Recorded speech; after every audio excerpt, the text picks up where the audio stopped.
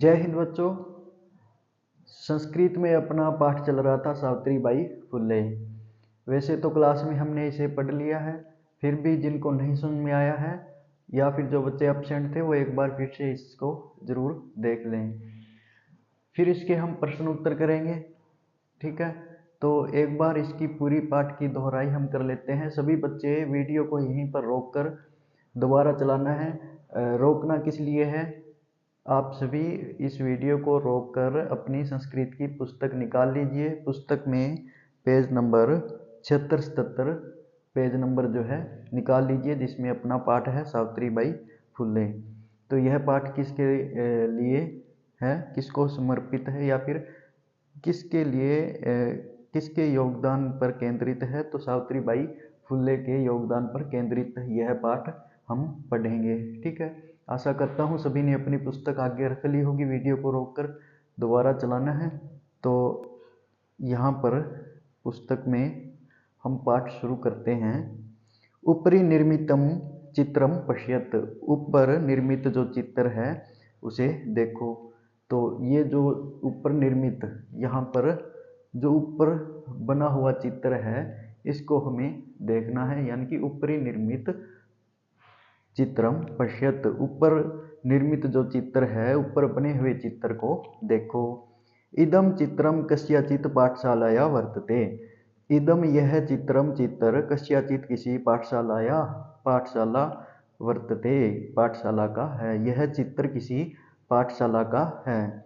इयम सामान्य पाठशाला नास्ति, यह सामान्य पाठशाला नहीं है। इयम यह सामान्य सामान्य पाठशाला विद्यालय न अस्ति नास्ति, न अस्ति, न का नहीं अस्ति का है, तो यह सामान्य विद्यालय नहीं है। इयम अस्ति यह है, क्या है यह, महाराष्ट्र से प्रथमा कन्या पाठशाला, महाराष्ट्र से महाराष्ट्र की प्रथमा पहली कन्या पाठशाला है। इयम अस्ति यह है, क्या है यह चित्र जो अभी दिखाई दे रहा है ना, ऊपरी निर्मित ऊपर बने हुए चित्र को देखो। तो वो चित्र क्या है, यह महाराष्ट्र की पहली कन्या पाठशाला है। एका शिक्षिका गृहात पुस्तकानि आदाय चलती, एका एक शिक्षिका अध्यापिका गृहात घर से पुस्तकानि पुस्तकें आदाय लेकर चलती है। तो एक अध्यापिका घर से पुस्तकें लेकर चलती है। मार्गे कश्चित तस्या उपरि धूलिम कश्चित च प्रस्तरखंडान क्षिपति, मार्गे मार्ग में कश्चित कोई, तस्या उसके, ऊपरी ऊपर, धूलिम धूल, च कश्चित और कोई, प्रस्तरखंडान पत्थर के टुकड़े, क्षिपति फेंकता है। मार्ग में उसके ऊपर कोई तो धूल फेंकता है और कोई पत्थर के टुकड़े फेंकता है। मार्गे कश्चित तस्या ऊपरी, यानी कि मार्ग में कोई तो उसके ऊपर धूलिम यानी कि धूल और कोई प्रस्तरखंडान यानी कि पत्थर के टुकड़े क्षिपति फेंकता है।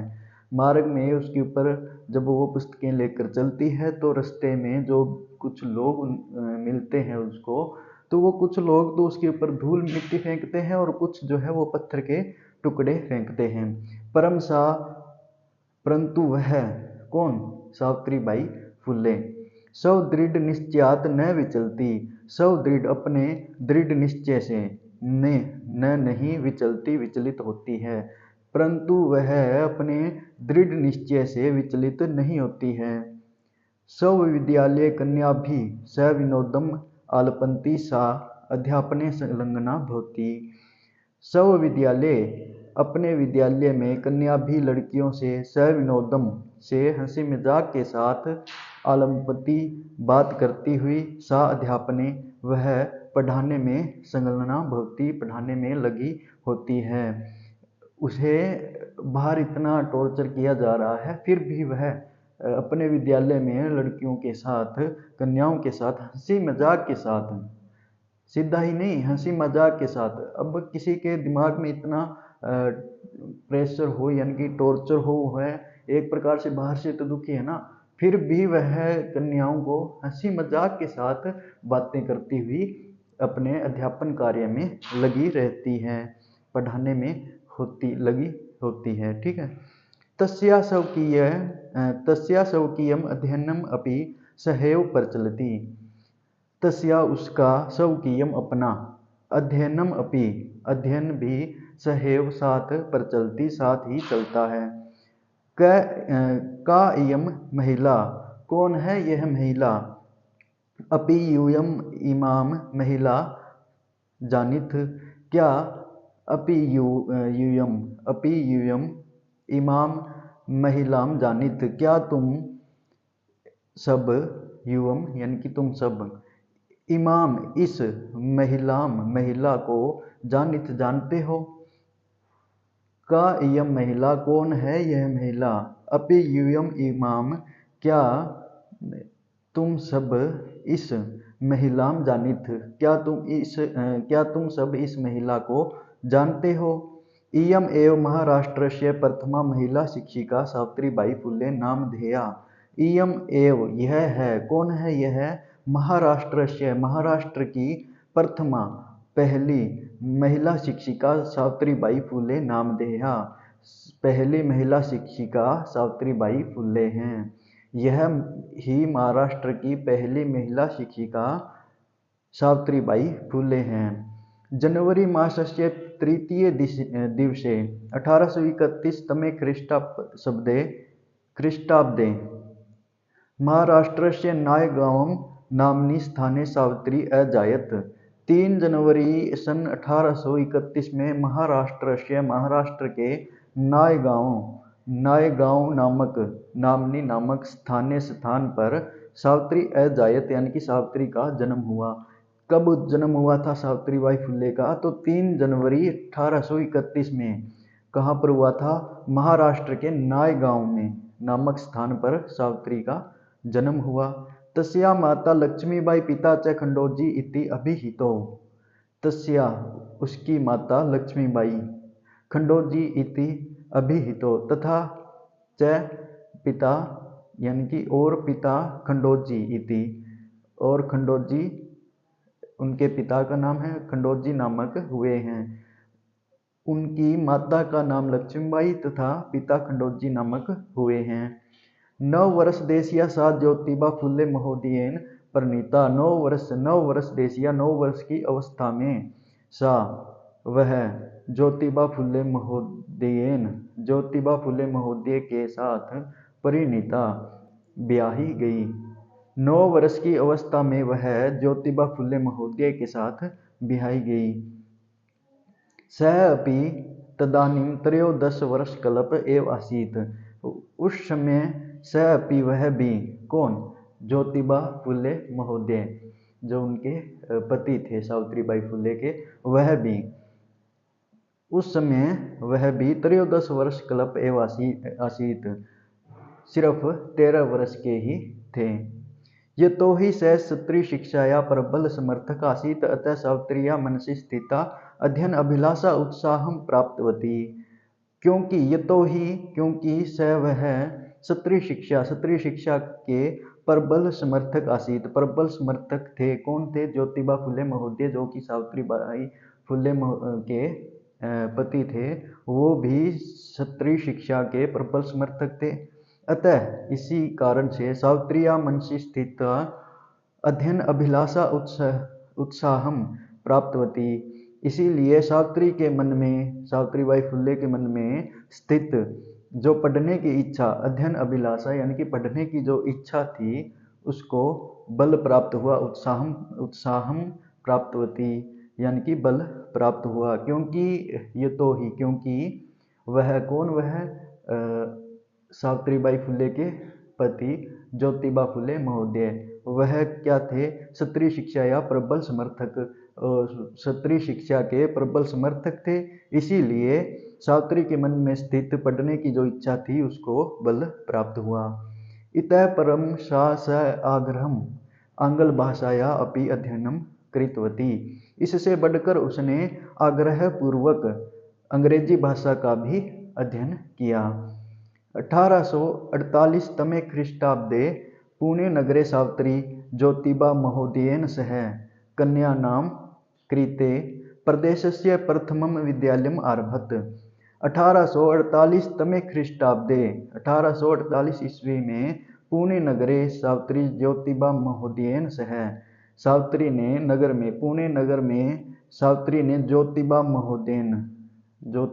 महोदय के साथ कन्याओं के लिए कृत्य के लिए प्रदेश के प्रथमम विद्यालयम आरभत प्रथम विद्यालय को आरंभ किया।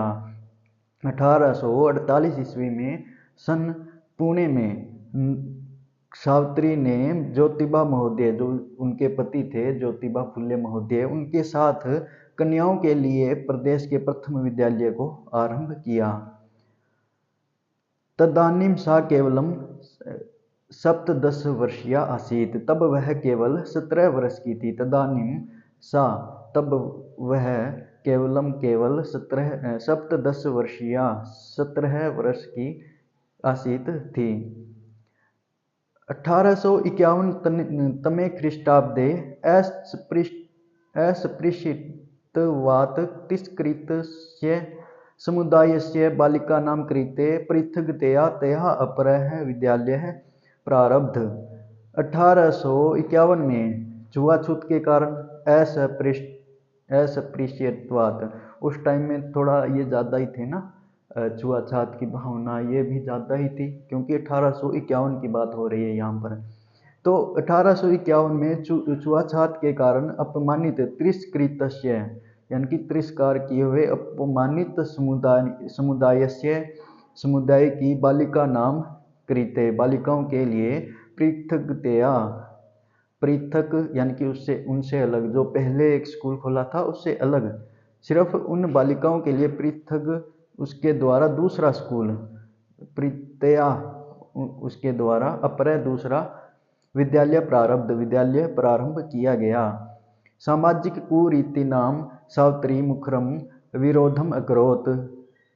सामाजिक कुरीति नाम सावित्री मुखरम सावित्री ने जो है सामाजिक जो कुरीतियाँ थी उनका मुखरम प्रबल विरोधम अकरोत् प्रबल विरोध जो है किया था। सावित्री ने सामाजिक कुरीतियों का भी प्रबल विरोध किया। विधवा नाम शिरोमुंडनस्य निराकरणाय सा साक्षात् नापिते मिलिता। विधवा नाम विधवाओं के शिरोमुंडनस्य सिर को मुंडने की प्रथा उस टाइम में क्या था, कोई भी महिला अगर विधवा हो जाती थी उनके पति की अगर मृत्यु हो जाती थी तो क्या कर दिया जाता था, उनके सिर का मुंडन यानी कि गंजा कर दिया जाता था उनको।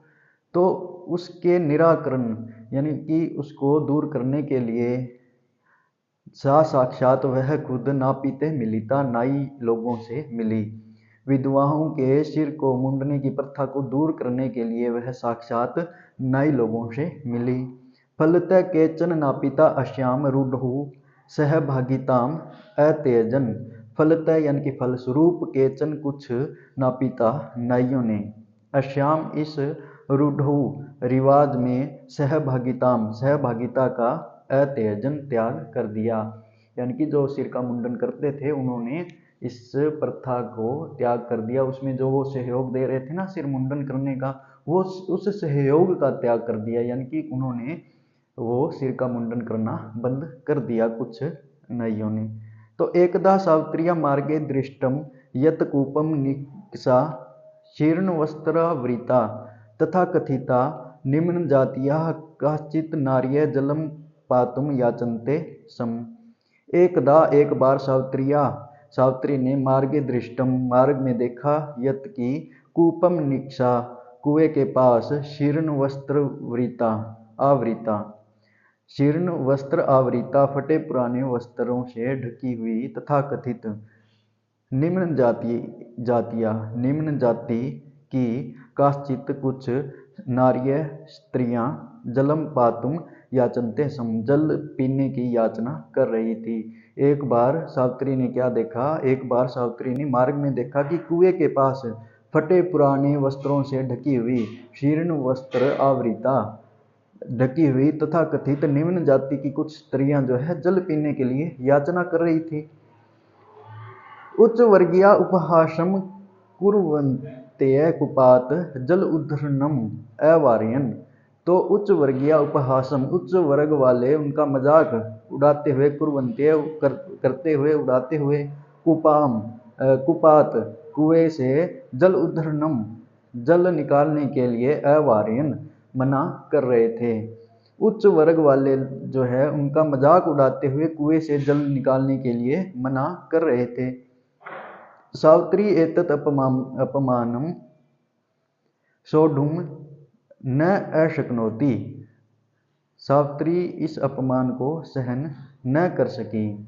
सा ता क्षत्रिय निज क्षेत्रम नीतवती। सा वह सावित्रीबाई फुले, ता उन स्त्रियों को, निज क्षेत्रम अपने घर, नीतवती ले गई, और क्या किया, तत्र तडागम दर्शयित्वा अकथयत च यत् यथेष्टम जलम नेयत। और तत्र वहाँ पर तडागम तालाब को दर्शयित्वा दिखाकर, अकथयत उनसे कहा, क्या कहा, कि यथेष्टम जलम नेयत इच्छा के अनुसार जल ले जाओ। जब शास्त्री ने देखा ना कि कुछ लोग जो है उच्च वर्ग के लोग कुछ स्त्रियों को उनका उपहास उड़ाते हुए जल लेने से मना कर रहे थे, तो सावित्री बाई जो है वो अपने घर ले गई और एक तालाब को दिखाते हुए बोला कि यहाँ से जितनी इच्छा है उतना जल, अपनी इच्छा अनुसार जल ले जाओ। सार्वजनिक को अयम तडाग, यह सार्वजनिक तडाग, यह तालाब, तडाग मतलब तालाब, यह जो है तालाब सार्वजनिक है। अस्मात् जल ग्रहणे न अस्ति, अस्मात् जल ग्रहणे न अस्ति जाति बंधनम। इससे जल ग्रहणे, जल को ग्रहण करने पर यानी कि जल लेने में, न अस्ति नहीं है, जाति बंधनम जाति का बंधन, यानी कि इससे जल लेने में जाति का बंधन नहीं है। तया मनुष्याणां समानतया स्वतंत्रतया च पक्ष सर्वदा सर्वथा समर्थित। तया उसने, मनुष्याणां मनुष्यों की, समानता च स्वतंत्रताया स्वतंत्रता के, पक्ष का, सर्वदा सदा ही, सर्वथा पूर्ण रूप से समर्थन किया। उसने, किसने, सावित्रीबाई फुले ने। तो उसने जो है मनुष्यों की समानतया च स्वतंत्रताया, समानता और स्वतंत्रता के पक्ष का सर्वदा सर्वथा, सदा ही और पूर्ण रूप से ही समर्थन किया है। महिला सेवा मंडल, शिशु हत्या प्रतिबंधक गृहम इत्यादीनां संस्थानां स्थापनायां फुल्ले दंपतियों अवदानम महत्वपूर्णम। महिला सेवा मंडल व शिशु हत्या प्रतिबंधक गृहम, महिला सेवा मंडल व शिशु हत्या प्रतिबंध गृह इत्यादि संस्थाओं की स्थापना में फुल्ले दंपतियों यानी कि फुल्ले दंपति, पति पत्नी ज्योतिबा फुले महोदय और सावित्रीबाई फुले, इनका जो है अवदानम योगदान महत्वपूर्ण है।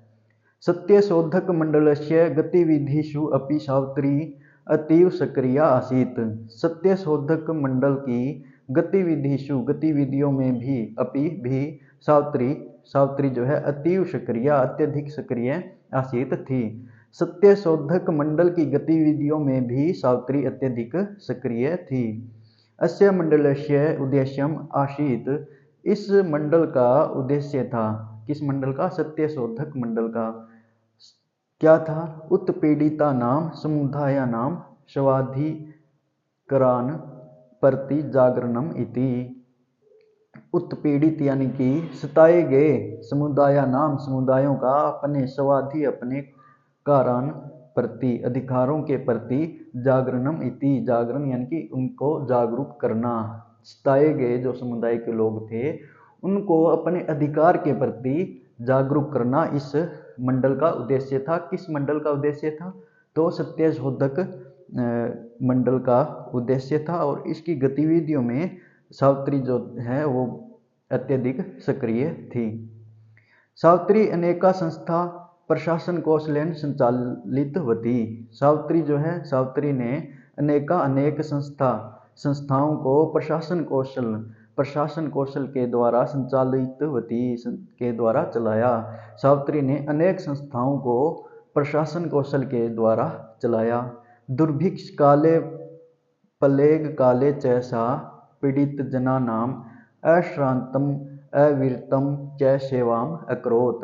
दुर्भिक्ष काले यानी कि अकाल के समय, च और प्लेग काले प्लेग रोग के समय, सा वह उसने पीड़ित जना नाम पीड़ित लोगों को बिना अश्रांतम बिना थके अविरतम थके च सेवाम अकरोत बिना थके निरंतर सेवा जो है वो की थी। अकाल के समय तथा प्लेग के समय जो है उसने पीड़ित लोगों की बिना थके निरंतर सेवा की थी। सहायता सामग्री व्यवस्थाएं सर्वथा प्रयासम अकरोत। सहायता सामग्री की व्यवस्था के लिए सर्वथा उसने प्रयासम अकरोत व्यवस्था के लिए उसने पूर्ण रूप से प्रयत्न जो है वो किया था।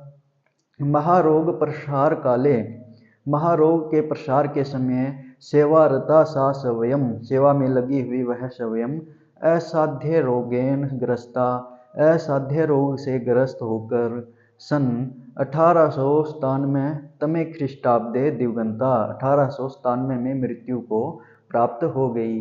महारोग के समय में सेवा में लगी हुई वह स्वयं असाध्य रोग से ग्रस्त होकर 1897 ईस्वी में मृत्यु को प्राप्त हो गई।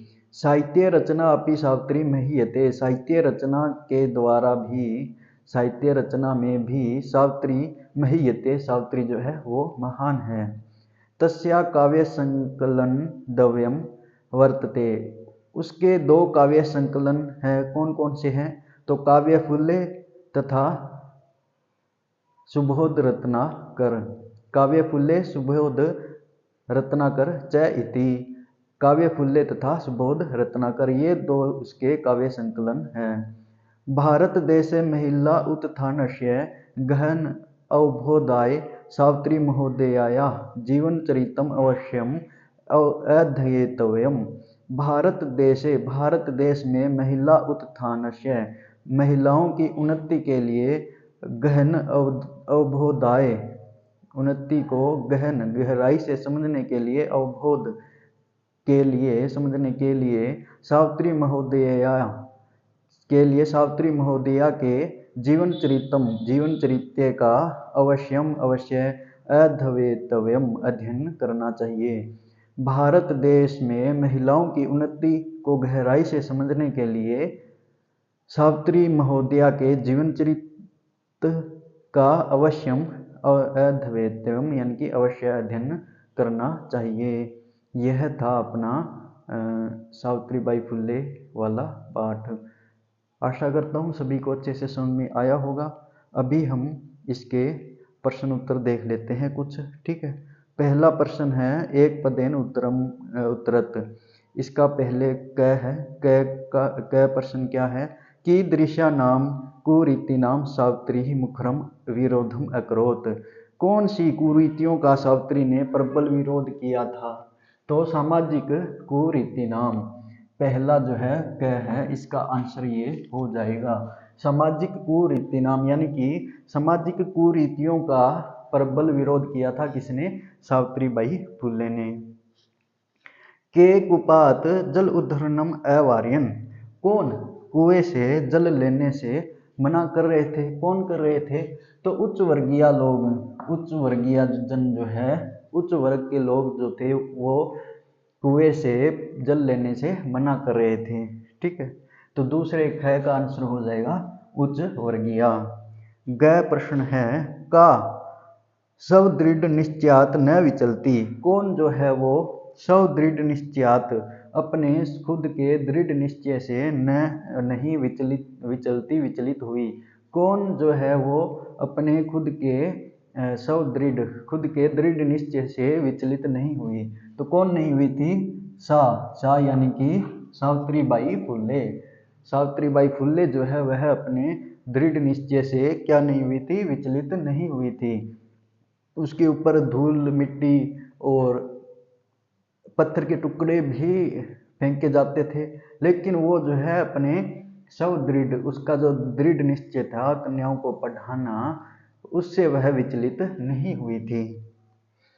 आगे है विधवा नाम शिरोमुंडनस्य निराकरणाय सा के मिलिता। विधवाओं के सिर मुंडन को रोकने के लिए, निराकरण उसका हल निकालने के लिए, निराकरण करने के लिए सा यानी कि सावित्री बाई फुले के मिलिता किससे मिली? तो वे नापीते नाइयों से मिली थी ना, अभी हम पीछे पढ़ के आए हैं। सावित्री बाई फुले जो है वह खुद जाकर नाइयों से मिली थी। किस लिए मिली थी? ताकि सिर का मुंडन की जो प्रथा थी, किसी महिला के अगर पति की मृत्यु हो जाती थी तो वो क्या करते थे, सिर का मुंडन करवाते थे उस महिला की। तो इस प्रथा के निराकरण के लिए किससे मिली थी? साक्षात वह खुद, तो वो नाइयों से मिली थी। तो इसका आंसर रह जाएगा नापीते। सा का शाम कृत्य, वह किसके लिए प्रदेशस्य प्रथमम विद्यालयम आरभत, वह सा उसने, किसने? सावित्री बाई फुले ने किनके लिए, किसके लिए प्रदेशस्य प्रथमम, प्रदेश में प्रथम विद्यालय आरभत, प्रथम विद्यालय का आरंभ किया। किसके लिए किया था? तो कन्या नाम, कन्याओं के लिए जो है उन्होंने प्रथम विद्यालय की स्थापना की थी।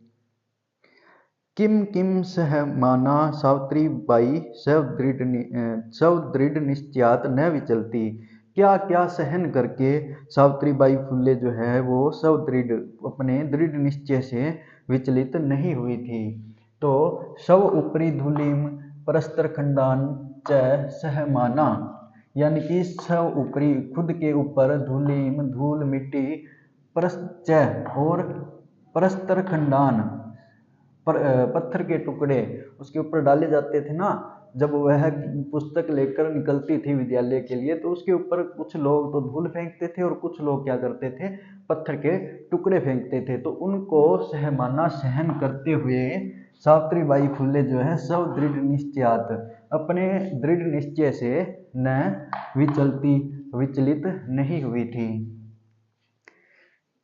अगला प्रश्न है सावित्री बाई फुले महोदया पित्रोह, यानी कि माता और पिता का नाम किम आसीत, तो उनके माता पिता का नाम क्या था? तो सावित्री बाई फुले महोदया मातु नाम लक्ष्मीबाई और पिता का नाम क्या था? और पितु नाम, पिता का नाम खंडोजी आस्ताम, खंडोजी था। माता का नाम क्या था? लक्ष्मीबाई था और पिता का नाम खंडोजी था।